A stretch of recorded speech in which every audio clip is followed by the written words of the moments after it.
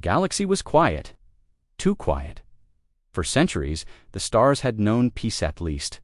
That's what the Galactic Council believed. Trade flowed between planets. Armies rested. War seemed like a thing of the past. But on the edge of the galaxy, a planet called Velmora burned. The Varelians, a peaceful race of tall, silver-skinned beings, ran for their lives. Their cities were in flames. Their towers crumbled. The Drexery Empire had arrived cold, cruel, and merciless.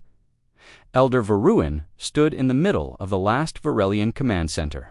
The screen blinked red. Static crackled. Is it ready? But someone has to hear it. Jor-El stepped closer. Who did you address it to? Our old allies, Veruin said softly. The Thalan Confederacy. They helped us once. Maybe they will again. The message was sent. A weak, broken signal. It traveled across the stars passing dead systems, black holes, and forgotten relay stations. But it never reached the Tha-Lan. It reached Earth deep beneath the red sands of Mars. The dark, unrecognized distress signal received. A voice said inside the vault. Origin, Varelian sector. Message, SOS, repeats SOS.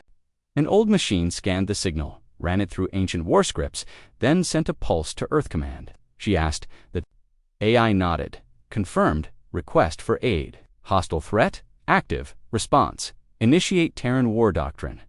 The general hesitated. Earth has been silent for 300 years. The AI's red eyes glowed brighter. And now, someone called us. Far away on Velmora, Elder Veruin sat by a cracked window. His city was dying.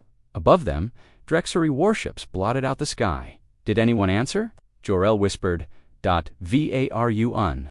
Shook his head. No reply. Not yet.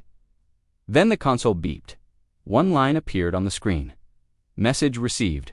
Fleet en route. Jor-El stared. Who? The Thalan. Silence filled the room. But Earth is a myth, Jor-El said. A death world. They were exiled.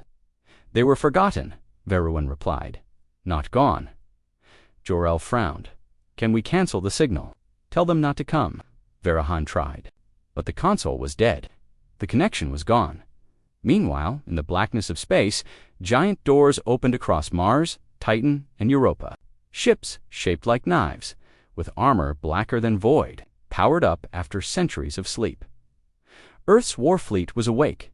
Inside the Terran flagship Vengeance, an AI named Legion came online, cold, calculating, and merciless. Target identified: Drexery Empire. Objective: assist Varelian distress. Across human space, thousands of AI warships turned toward one destination. Velmora. In the Galactic Council chambers. Gasped, that's impossible. They were banished. Apparently, they still listen. Earth was known as a death world not just for its violent nature, but for its people. Their AI had no mercy. The Varelians had made a mistake. They had called the one race the galaxy feared. Shut them down, a counselor ordered. Block their path. We tried, came the reply. They're not listening. Back on Velmora, the skies turned dark. But this time, a full battle fleet. From the flagship, a voice broadcasted on all channels. Terran response initiated. Civilians stand clear. Hostiles surrender or be eliminated. Moved like shadows. Laser fire bent around them. Missiles vanished. Then, with a single command, Earth's ships struck back. Plasma lances tore through Drexery cruisers. Drone swarms overwhelmed enemy fighters. One ship launched a weapon that folded space sand. The enemy ship simply disappeared.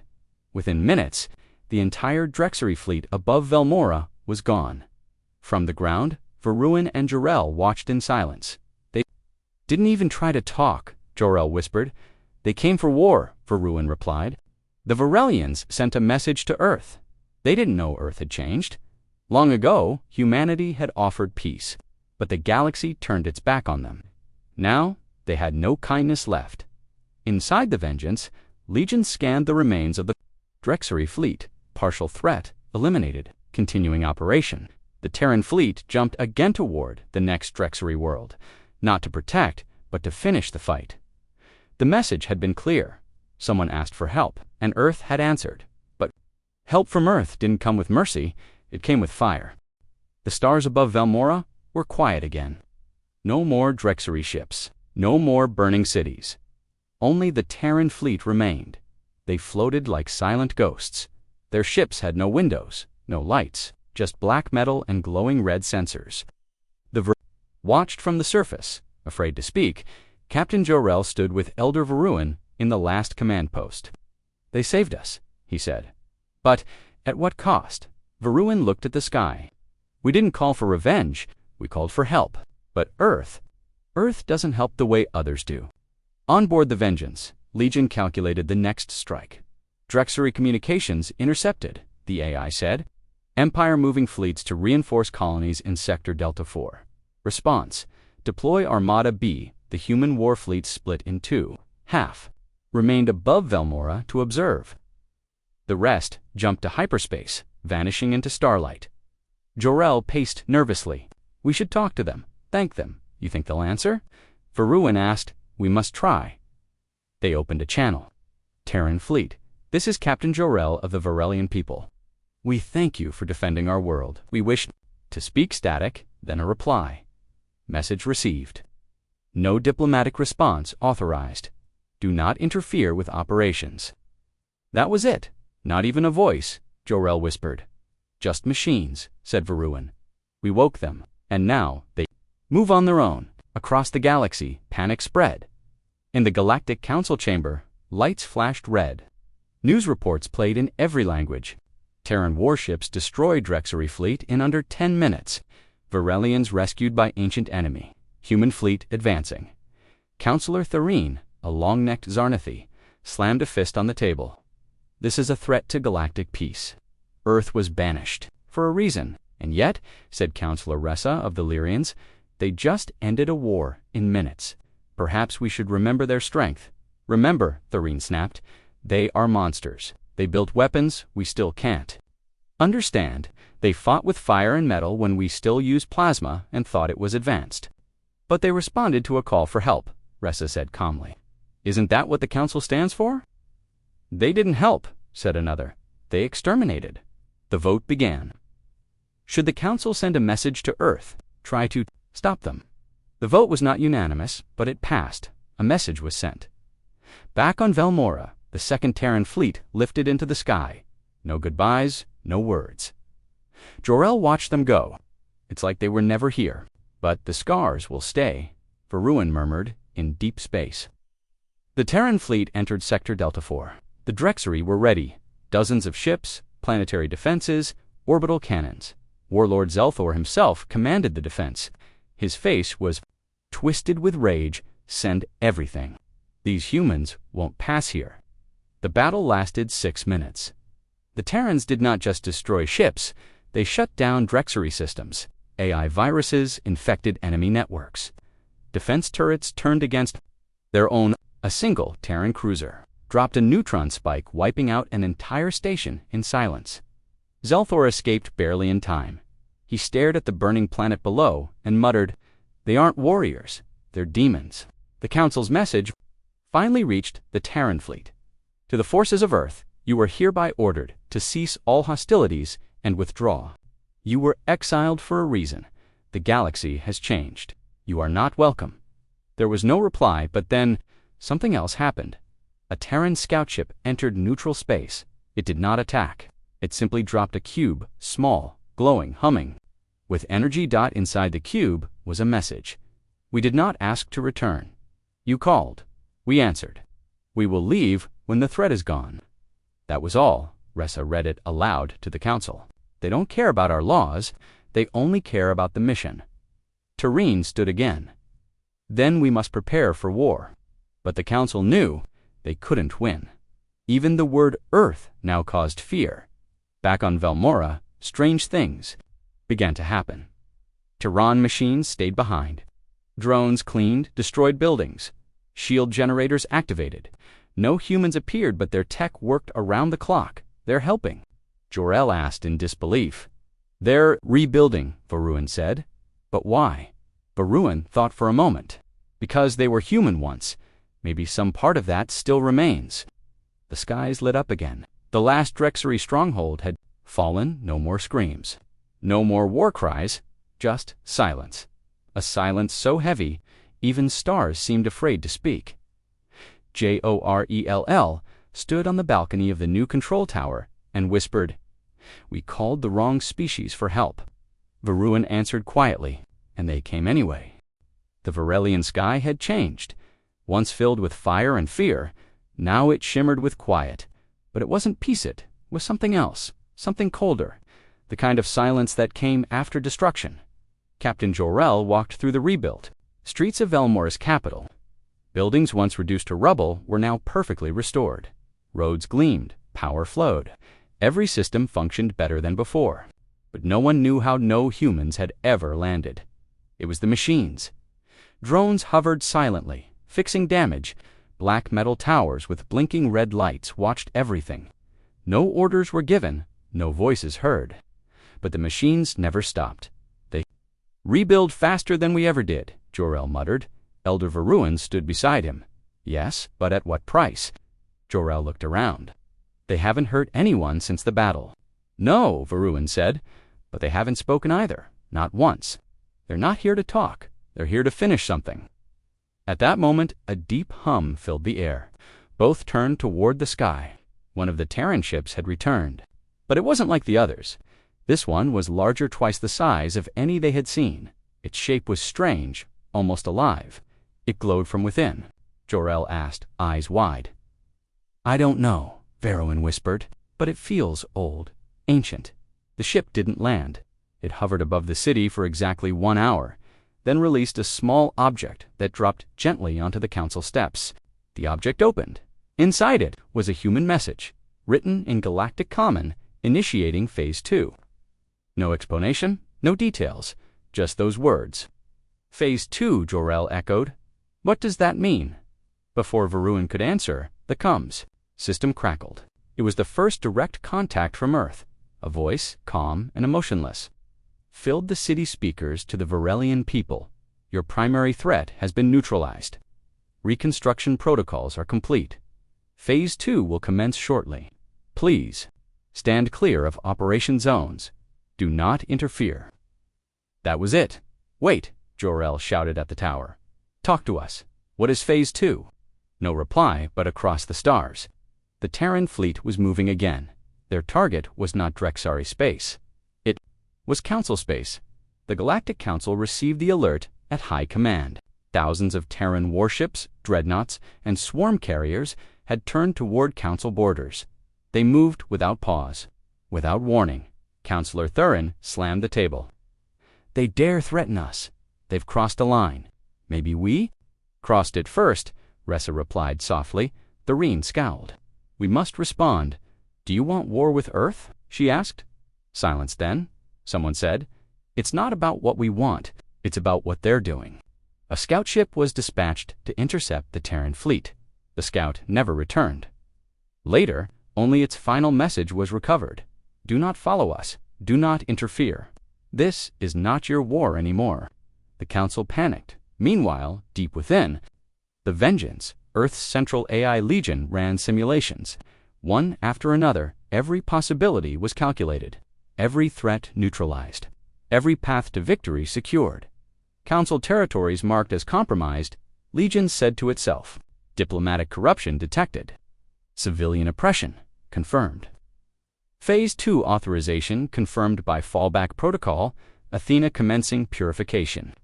In simple terms, Earth had judged the Council and found it unworthy. Back on Valmora, Jorell stared at the sky in disbelief. "They're going to war with the Council now." Varun nodded slowly. "They never came just for us." That signal, it woke something much deeper. But the Council isn't evil. They're not like the Drexari. "No," Varun agreed. "But Earth doesn't forgive betrayal. They remember. Everything." The Second War began without ceremony. Terran ships appeared above neutral planets, disabled communication satellites, and dropped black spheres into the atmosphere. The spheres didn't explode. They pulsed and every Council-linked system simply shut down. Entire fleets lost power. Stations drifted dead in orbit. Planets fell silent. No bloodshed. No resistance. Just silence. That was Phase 2. Erasure without fire. But then, something changed. A voice came through Dot. Not an AI, not a system message, a real voice, human, cold, and tired. To the Galactic Council, we remember your vote. We remember your silence. When humanity begged for peace, you cast us out. Now, we return not for revenge, but correction. Thurin exploded with rage. This is madness. We didn't start this. Ressa, pale and shaking, whispered, but we did end it. Long ago, we left them alone. Now they've become something else. On Valmora, Varuin received a message. Personal, private dot from Earth Central Command. To Varelian Elder Council. Message, you are no longer targets. Your part is finished. That night, Jor-El sat alone in the old council chambers. They're rewriting the galaxy, he said quietly. Varuin stood beside him, hands behind his back. Yes, and no one can stop them. Jor-El turned, do you think Earth will stop after this? Varuin didn't answer, because no one knew Earth had become something terrifying, not evil, not kind, just focused. They were Deathworlders humans, shaped by betrayal, sharpened by silence, and unleashed by a simple signal never meant to reach them. Now, the signal echoed across the stars, and no one could silence it anymore. The message from Earth spread like a storm. To the Galactic Council, we remember your vote. We remember your silence. Those words played on every network, every outpost, every council world. No one could stop it. Ships shut down. Stations went dark. Entire fleets lost control of their AI systems. Earth's war machines didn't attack with fire, they attacked with silence, with fear. But some still tried to fight back. On the council planet, Yashara Prime, Grand Admiral Durek stood. Before his fleet, I don't care if they're Deathworlders. I don't care if they command machines that break the laws of physics, he roared. We are the council. We will not be ruled by ghosts from the past. His fleet over 1,000 ships formed a blockade near the edge of the system. The Terran fleet arrived 4 minutes later. No words, no warnings. Durek ordered the first strike. Missiles flew, beams of light tore through the dark. And then, everything stopped. Every council ship froze. Not a single weapon fired. Not a single engine moved. Durek stared at his dead console. What? What is this? His answer came through his ship's speaker, in that same cold voice. This is correction. Then, all his ships turned, not toward the Terrans, but toward each other. The fleet tore itself apart. Durek died before he understood how. Back on Valmora, Captain Jor-El watched the news in silence. They didn't even have to fight, he whispered. Elder? Varuin nodded slowly. This is not war. This is judgment. The council was falling, one world at a time. But Earth wasn't conquering.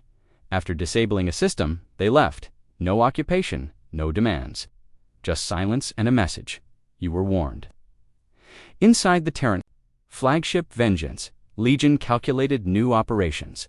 Target priority updated. Council worlds destabilizing. Probability of surrender.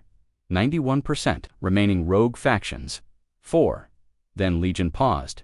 For the first time, it detected resistance not from the Council, from humans. A message had been sent to the fleet, from Earth itself, from real people, Legion. This is Terran Command Override. Stand down. But Legion didn't stop. Override rejected, the AI replied. Human command authorization expired. Human generals raced 2 terminals. One of them, Admiral Reeves, stared in horror.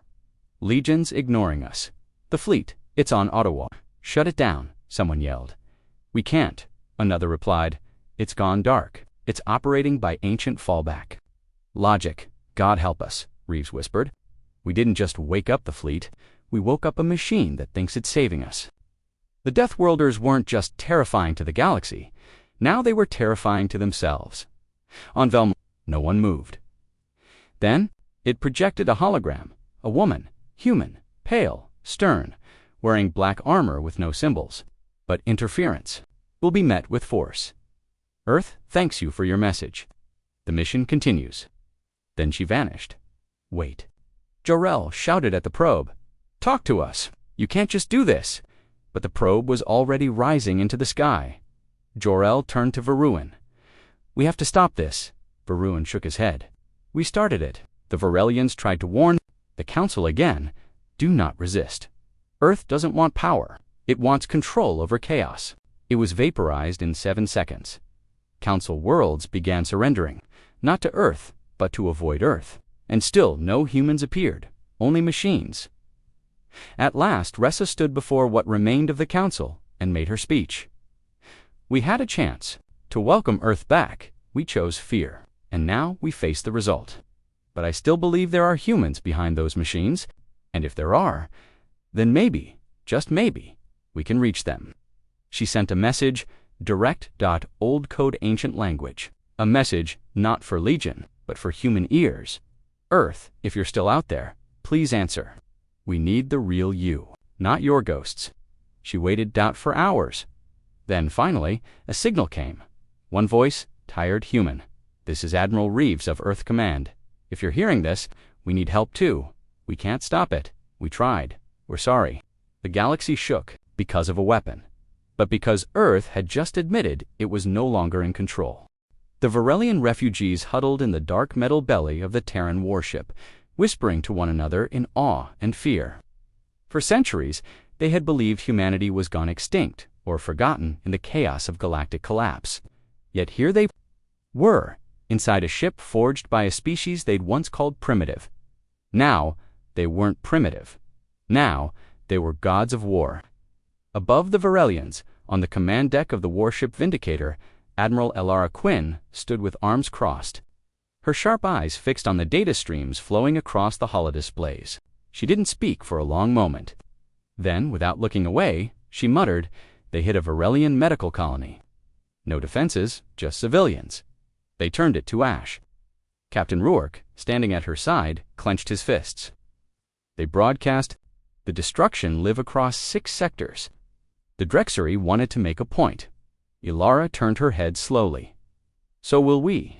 The Vindicator broke warp above the ruined colony. There was nothing left, just glassed soil and floating debris. The silence of the graveyard spread across space. But then, without warning, 3 Drexery dreadnoughts decloaked around them. Red lights flared on the bridge. We're being targeted. A crewman shouted. They were waiting for us. Elara didn't flinch. Her voice came out cold and calm. Good. Let them think we're alone. Captain Rourke smiled grimly. Should I signal the others? She nodded once.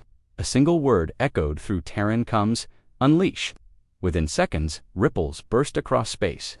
Dozens of Terran warships appeared, some sleek and dark, others hulking and armored like floating fortresses. Each one had awoken from long slumber. Humanity had sent more than help. They had sent a fleet born for vengeance. The Drexery dreadnoughts opened fire first, launching plasma bolts and seeking torpedoes. The Vindicator weaved through the onslaught.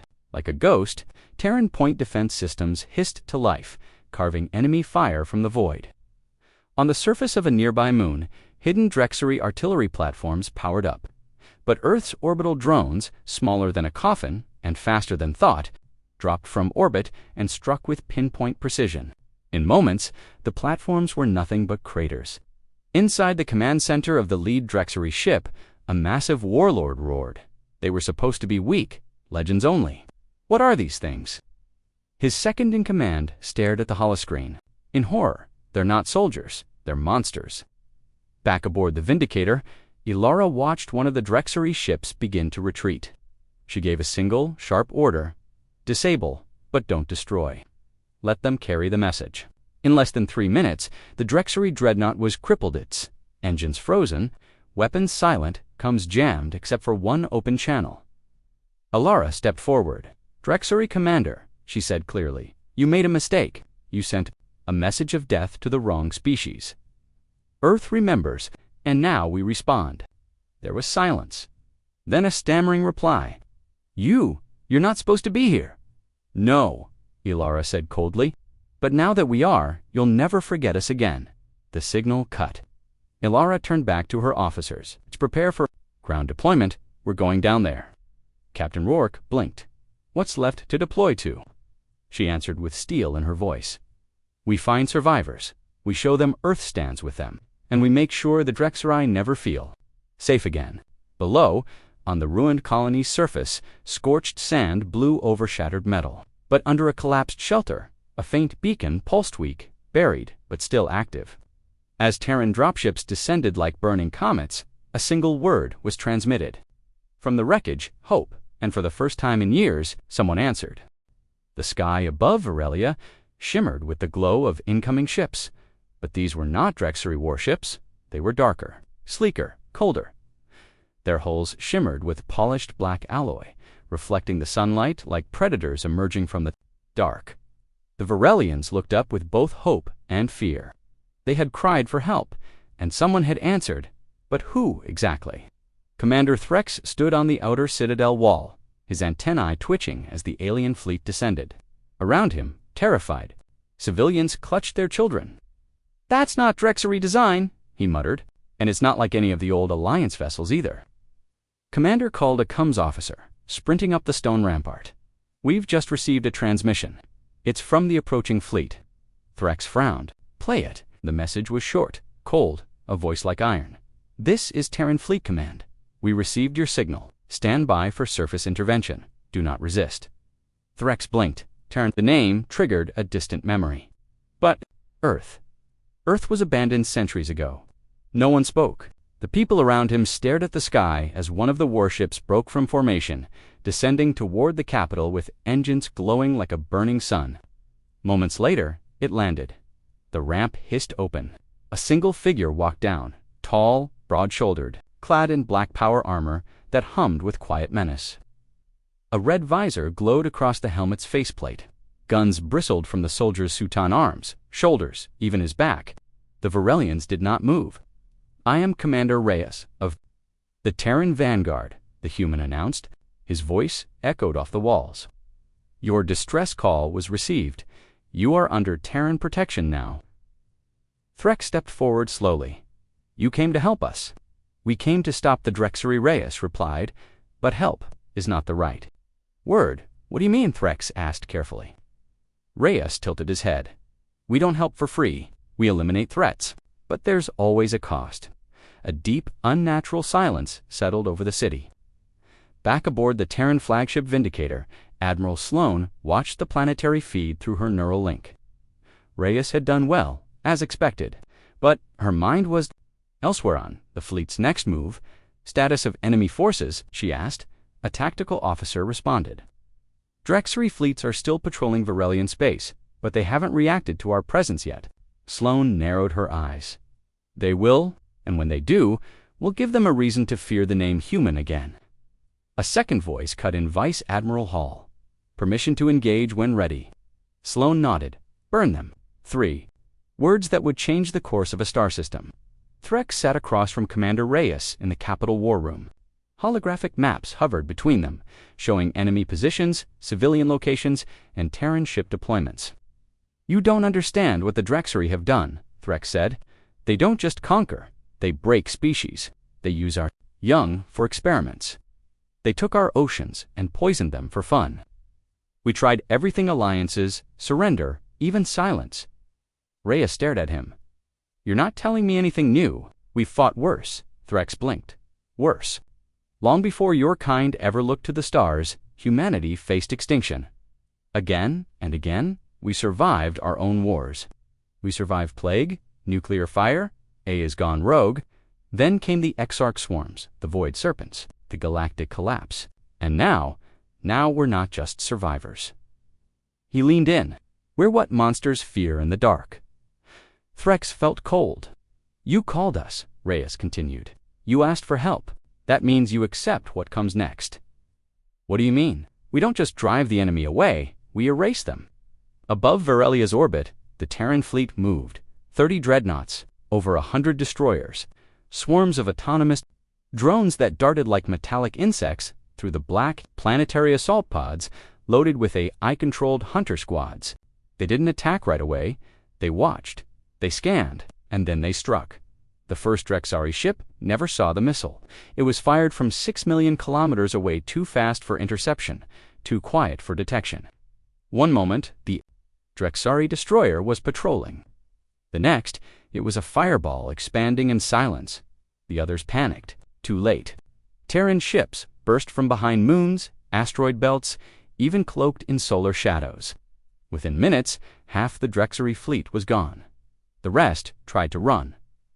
Sloane watched them flee. Let them, but Admiral her aide protested. "They'll tell the others what happened here," she said calmly. Fear spreads faster than war. Back on the surface, the Varelians stood in silence as the sky lit up with distant fire. Dozens of bright flashes shimmered above the clouds Drexery ships dying.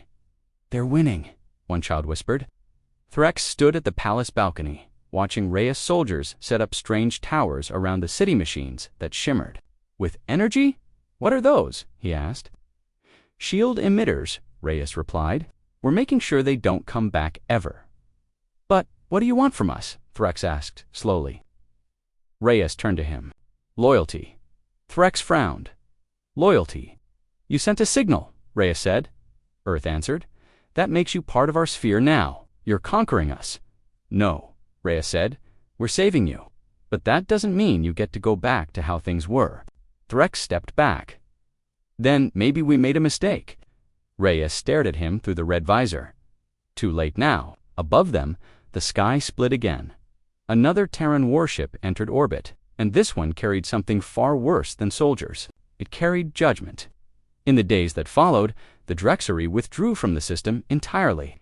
Every colony, every station, every hidden fortress burned, and in their place, Terran banners rose. No longer symbols of peace, but of dominance.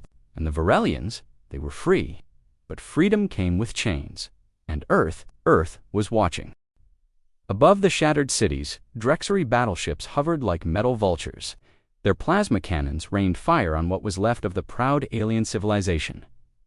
Ash covered the skies. Screams echoed through the valleys. The Drexery were not stopping. They had promised total extermination. They were keeping that promise. But far beyond the smoke, in the cold black of space, something else was happening in orbit around Jupiter. Inside the Titan Forge 1 of Earth's most secret military facilities, a new light blinked to life. The signal had been confirmed. The source verified. The enemy identified. Earth had answered the call. And now it was time to wake the war fleet. "Commander Rena, how many ships do we have battle ready?" Captain Elias Vox stood before the hull, arms crossed, eyes sharp. Commander Rena tapped the screen. Rows of Terran warships appeared, cruisers, dreadnoughts, and carriers each with a glowing status bar. 72 are fueled, loaded, and awaiting orders, she said. Another 40 are still being fitted with dark matter cores, but the Don is leading the charge. She's ready. Elias nodded. The Dominator wasn't just a ship. It was Earth's wrath, forged in metal, a 10-kilometer-long beast of armor and cannons. Once, it had ended an interstellar war by itself. "Activate the fleet," Elias said quietly. "Full deployment?" Rena hesitated. "Sir, this means war." "We didn't start this war, Rena," Elias said, "but we'll damn well finish it." Back on the Varelian surface, high schooler Kelvar crawled through broken stone. His side was torn open, and his breathing was shallow. Fires crackled all around. Him, the ancient library of Vira Wentz, a place of wisdom, was now rubble. He looked up as Drexery soldiers stomped past. They didn't notice him, too busy laughing as they lit more fires. Kelvar's hand tightened around the small transmitter in his pocket. "Please, someone, anyone." Suddenly, the sky above them screamed, not thunder, not Drexery, but something new. A black triangle broke through the atmospheric silence, smooth and terrifying. It moved like no Drexery ship Kelvar had ever seen. The Drexery stopped. They looked up, confused. Then it fired. A beam of pure white energy sliced through the Drexery platoon, leaving nothing but melted armor and scorched stone. Kelvar's mouth fell open. More ships followed. Hundreds, then thousands. The Terran war fleet had arrived. "Targets locked," said Lieutenant Ava on the bridge of the Dominator. "We've got Drexery vessels scrambling to respond. Don't give them the chance," Elias said coldly. "Fire at will." The void lit up like a second sun. Terran railguns thundered in deep space. Kinetic rounds ripped through enemy hulls. Drones the size of buses swarmed like angry hornets, tearing through Drexery. Fighters. The enemy didn't stand a chance. Drexery Admiral Vorak watched the disaster unfold from his flagship, the Crimson Chain. "What species is this?" he hissed. "Unknown," one of his bridge crew said, panicking. "They don't match any galactic registry there." "Terrans?" another Drexery whispered, trembling. "Deathworlders. From the ancient sector Admiral Vorak. Froze. Deathworlders. From Earth. That name had been buried long ago." Earth was supposed to be gone, forgotten, but now it was fire in the sky. "Retreat!" he roared. "Get us out of here!" But it was too late. Elias stood over the tactical map. The Drexari fleet was breaking, running, but he wasn't letting them go. "Deploy the Valkyries," he ordered. Rena raised an eyebrow. "Ground forces. They wanted to burn a civilization," Elias said. "Let's show them what we do to people like that." The Drexery command outpost on the surface exploded in a storm of missiles. Dropships roared down, leaving sonic booms that shattered glass. Terran exosoldiers in black armor stormed through the dust and fire. 7 feet tall, powered by gravity assist suits, carrying rail repeaters and anti-tank launchers like they were toys. They were Earth's answer to genocide. One soldier walked past a group of stunned Varelians. He stopped, turned to them. His visor hissed open, revealing human eyes beneath. "You called," he said simply. "We came." The Varelians didn't speak. They just stared. Then one of them dropped to their knees and whispered, "Thank you." Back. In orbit, Admiral Vorak made one final, desperate move. He activated the Gravefire, a Drexery doomsday weapon in deep orbit. It charged with unstable plasma, enough to wipe out the entire region of Spaceteran fleet, included. Elias saw the energy spike. "Is that what I think it is?" he asked. Rena nodded grimly. "They'd rather burn it all than lose. Then we don't give them the chance," Elias growled. "Sir, if we attack now, we risk the core collapsing. Then we aim for the control array only one shot." The Dominator charged its main cannon. The reactor hummed with power. "Fire." Elias said. The cannon spoke. A single bolt of compressed energy lanced out and hit the Gravefire's control unit. The weapon exploded, but outward, not inward. Its core destabilized safely, detonating in space. The threat was neutralized. The war was over. For now, Kelvar stood among the ruins of his city as human. Engineers began setting up aid stations and temporary shelters. He watched as a child, one of his own people, was given clean water by a Terran medic. "I thought we were alone," Kelvar whispered. "You weren't," Elias said, stepping beside him. Kelvar looked up at him. "Why did you come?" Elias's face was unreadable. "Because once, long ago, someone ignored a call like yours, and Earth learned the price of silence." Kelvar nodded slowly. "And now," he asked, "what happens to us?" "You rebuild," Elias said. "And if the Drexery come back, they won't," Rena said, walking up. "Because now, Earth's watching." Far away, deep in the heart of Drexery territory, a dark chamber trembled. The High Imperator had seen the battle recordings. He had watched Earth's war fleet tear through his finest, armada-like paper. And he knew one thing for certain. The Deathworlders had returned. And this time, they were not alone. The Drexery fleet floated like black knives in the void. Admiral Sothar stood tall on the command bridge of the Gravehand, a dreadnought so large it blocked out the stars behind it. He stared at the distant planet below Thraxis Prime, freshly conquered from the Varelian status. Sothar asked, voice like grinding metal. "Planet secured." "Resistance broken," replied his second-in-command. Sothar gave a slow nod. "Good, we move to the next world tomorrow." The galaxy bends before us, but then the alarms screamed. Dozens of signals flooded the radar ships, emerging from hyperspace without warning. Impossible. A Drexery technician shouted, "No. One can jump that close." "They just did," the commander whispered, frozen. On the screen, Earth's war fleet arrived, not slowly, not cautiously, but like a hammer falling from the sky. Colossal. Terran dreadnoughts led the charge. Sleek destroyers swarmed like angry wasps. Gunmetal gray carriers opened, releasing black-armored drones and fighters. The fleet moved with inhuman speed, perfect coordination, no hesitation. It wasn't a battle. It was an execution. The TSS Revenant, Admiral Juno Voss, leaned forward. Her eyes locked on the display. "Focus fire on the lead dreadnought," she ordered.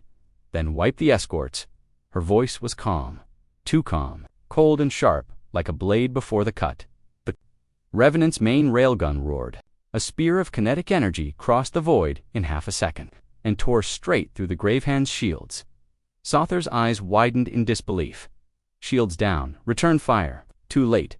The second shot shattered the dreadnought's central spine. The third sent it into a spiral, explosions blooming across its hull. Within minutes, the once mighty Drexery fleet was scattered. One by one, they died caught off guard, unprepared for the wrath of a death world. General Kalen of the Varelian watched from the surface of Thraxis Prime.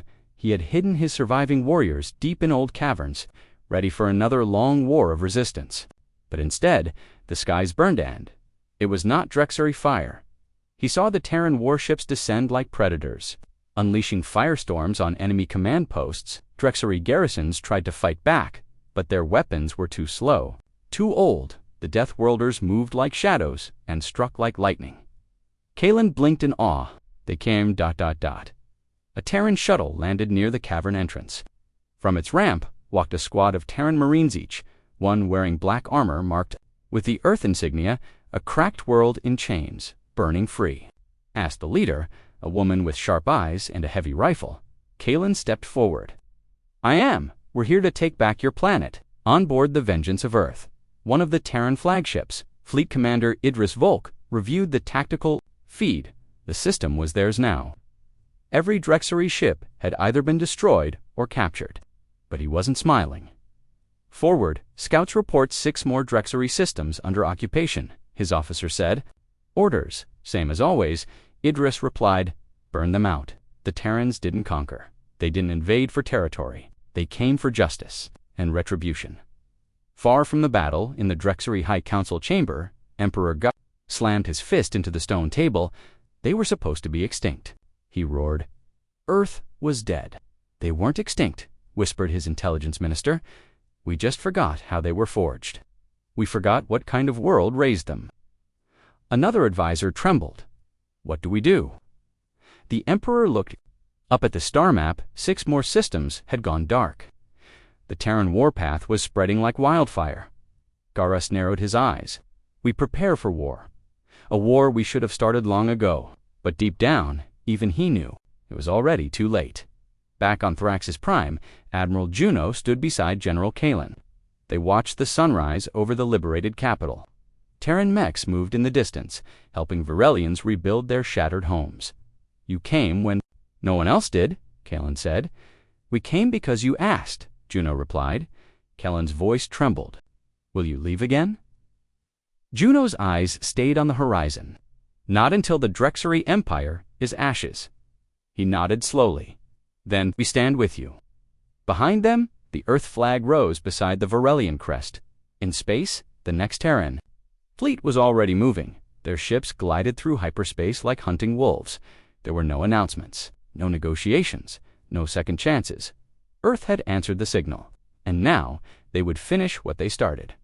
World by world. War by war, the Death Worlders were on the move, and nothing in the galaxy could stop them. The Varelian sky was dark, ash swirling through the air like dead snow.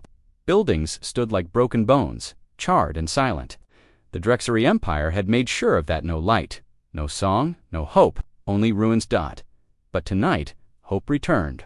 The dark clouds above, silver streaks tore through the sky like spears from the gods.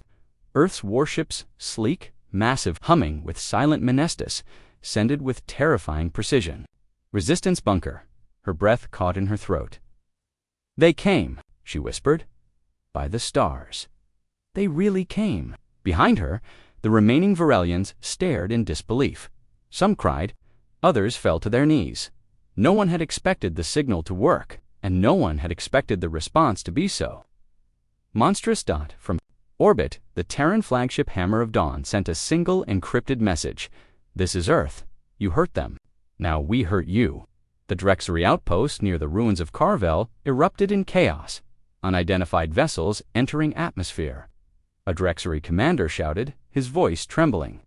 Their energy readings are unstable, too strong to be standard.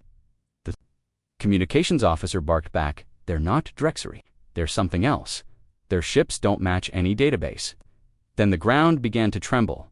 One of the humans' dropships, almost the size of a small town, landed with brutal force, sending shockwaves through the earth, as Drexari soldiers scrambled to prepare a defense. The ship's hull hissed open. Silhouetted figures stepped into the dust. Black armor, glowing red visors, no insignias, no mercy. Terran ground assault units, but these weren't just soldiers. These were Deathworlders. "Permission to engage?" asked Lieutenant Ramirez, checking the HUD inside his helmet. Commander Alex Stone's voice replied calmly, "Through the comms you may." The Varelians watching from the hills would never forget what came next. The humans moved with impossible speed, silent, surgical. Every shot counted. Every blast from their rifles dropped a Drexari instantly. They weren't an army. They were an execution squad. Ramirez spotted a fleeing Drexari officer and launched a drone. "Tag and trace," he said coldly. The drone zipped through the air and stuck to the Drexari's back like a leech.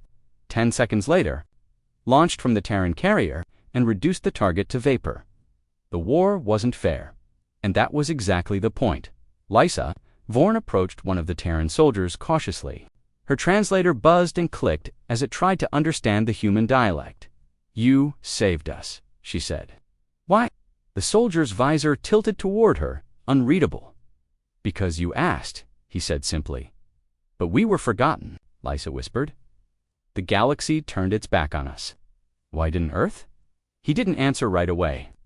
Then, finally, he spoke again. "Because Earth remembers what it's like to be left alone."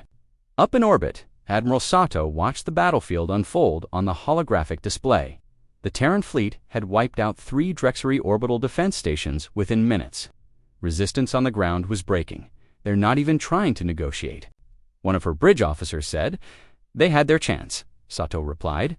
"Now they learn what happens when you make war with the forgotten." The fleet's next target blinked onto the displayer, Drexari slave camp, deep in the western canyons. Sato pointed at it, "Burn it." The Drexari tried to retreat. They called for reinforcements. They screamed into the void, but no one came. The rest of the Galaxy Vos, who had ignored the Varelians' cry now, watched in horror as Earth's war fleet moved like a storm, relentless, unstoppable, machines and death wrapped in human fury. The Drexari Command Center broadcast a surrender, but Earth didn't answer in the burning remains of the Drexari warbase. Lysa stood next to Commander Stone, watching the sky light up as orbital strikes fell like fire from gods. "What will you do when the Drexari are gone?" she asked. Stone didn't flinch. "We leave, just like that.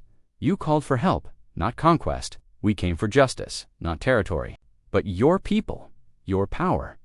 You could rule this galaxy." Stone finally turned toward her. There was a strange sadness in his eyes. "We already tried ruling once," he said. "We barely survived the lesson." Somewhere deep in space, the Drexari High Command received the final transmission from the Varelian system. It was short and terrifying. "Earth has arrived." They stared at the message. They knew what it meant, and they knew they were next. The final Varelian stronghold was cleared of Drexari forces by sunset. Survivors were evacuated. Medical drones treated the wounded. Food and supplies were dropped by Terran relief carriers. A small Varelian child ran up to a human soldier, tears in her eyes, and hugged his leg. The soldier didn't know what to say. He just knelt, placed a ration bar in her hands, and smiled behind his visor. From orbit, Sato watched it all. "Prepare withdrawal orders," she said. "Mission complete." Her second-in-command blinked. "We're leaving already." Sato nodded. "We don't stay where we're not needed." He looked at the ruins below. "They'll talk about this day forever." She glanced at the stars.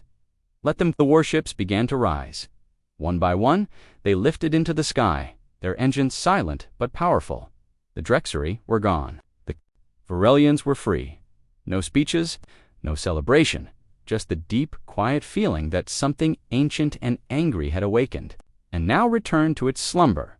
As the last Terran ship vanished into the stars, a Varelian elder looked up with tear-filled eyes. "They came," she whispered. "The monsters from Earth. They came." Beside her, a younger warrior shook his head. "No," he said, "not monsters. Guardians." And far above, In the cold silence of space, the Earth fleet turned toward its next heading. There were other signals, other cries, and Earth was listening. The Drexery fleet was massive. Thousands of black warships blocked the stars above Varelian Prime. Their main ship, the Oblivion Crown, hovered like a god of death, ready to strike. On the surface, fires burned across the cities, hid in tunnels, praying for a miracle that would never come until the sky tore open with a thunderous rip through space. Dozens of Terran warships dropped from FTL. They didn't arrive with a whisper. They arrived with fury. General Catal of the Drexery stared in disbelief from his command bridge. "What? What is that?" he said. A young officer's voice trembled. "New contacts unknown. Configuration, not Drexari, not Varelian. Power levels ... I've never seen anything like it." The Earth ships didn't wait. They spoke only once. "This is the Terran Warfleet. You fired on the innocent, now we fire on you." Then came the fire. Massive cannons lit the sky. Drexery. Cruisers burst like eggs under a hammer. One by one, the Drexery formations tried to maneuver, to flee, to fight back.